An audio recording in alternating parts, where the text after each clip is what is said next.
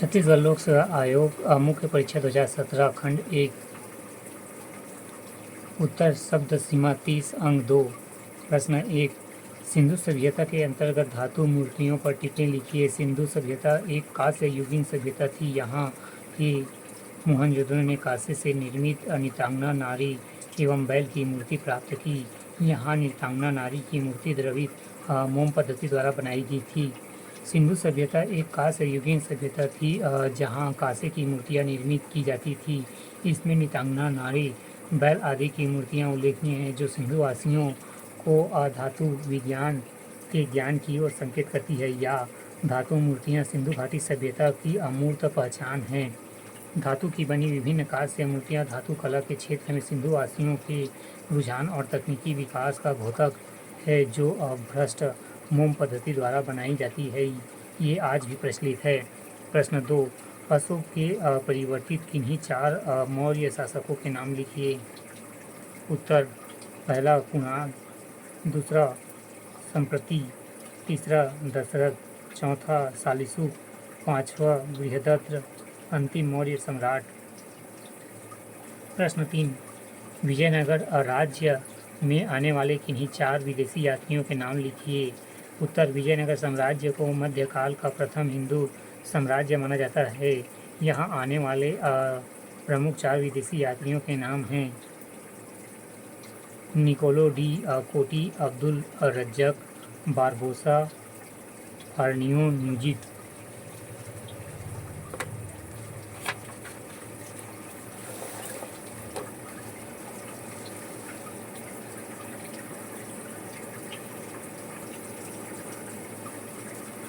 प्रश्न 4 बक्सर युद्ध 1764 के क्या परिणाम थे। उत्तर बक्सर युद्ध 1764 के परिणाम निम्नलिखित थे। पहला, अंग्रेजों ने बंगाल में पूर्ण राजनीतिक नियंत्रण स्थापित कर लिया।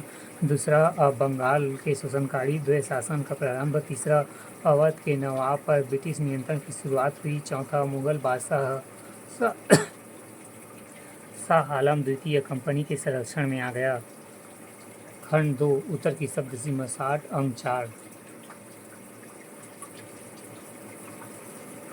प्रश्न 5 गुप्तकालीन मंदिर स्थापत्य की विशेषता उदाहरण सहित लिखिए। उत्तर गुप्तकालीन मंदिर स्थापत्य प्राचीन भारत की अमूल्य धरोहर है। इस काल के अधिकतर मंदिरें नागर शैली से निर्मित। इन मंदिरों का क्षेत्रीय विस्तार विंध्याचल पर्वत के उत्तर में है, जिन्हें मंदिर का आकार रथ भी समान बनाया गया, जहां मुख्य देवता को गर्भगृह में स्थापित किया जाता था। साथ ही गर्भगृह को घेरते हुए एक प्रदक्षिणा पथ का निर्माण किया जाता था। इस मंदिर के प्रमुख उदाहरण दशावतार मंदिर, महाबोधि मंदिर, तिगवा एवं एणकी मंदिर आदि है। या उत्तर गुप्त काल को भारतीय इतिहास का स्वर्ण काल कहा जाता है, क्योंकि इस काल में राजनीतिक एकता, विज्ञान, कला, साहित्य एवं संस्कृति में अभूतपूर्व वृद्धि हुई, जिनमें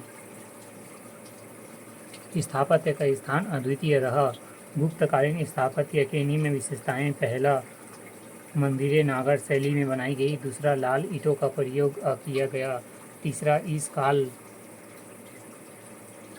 में पहली बार देवता को मंदिर के भीतर गर्भगृह में स्थापित किया गया। चौथा, मंदिर में एक प्रदक्षिणा पथ, एक द्वार, बहुस्तरीय सीढ़ियाँ एवं बहुस्तरीय स्तंभ भी बनाए गए।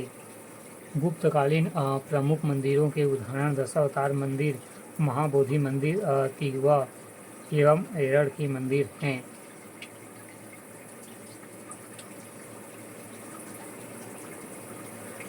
प्रश्न 6 मध्यकालीन भारत में सूफीवाद के योगदान पर प्रकाश डालिए। उत्तर सूफीवाद मध्यकालीन भारत का सरल और सादा आंदोलन था, जिसने तत्कालीन समाज पर गहरा प्रभाव उत्पन्न किया।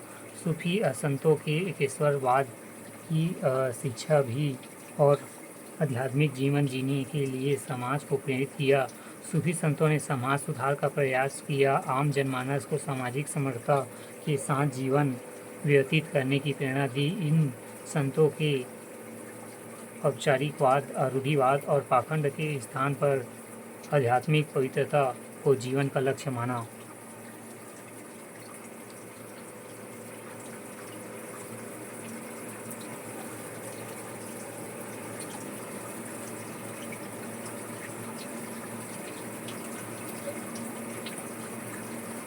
या मध्यकालीन भारत धार्मिक उथल-पुथल एवं अराजकता का काल था।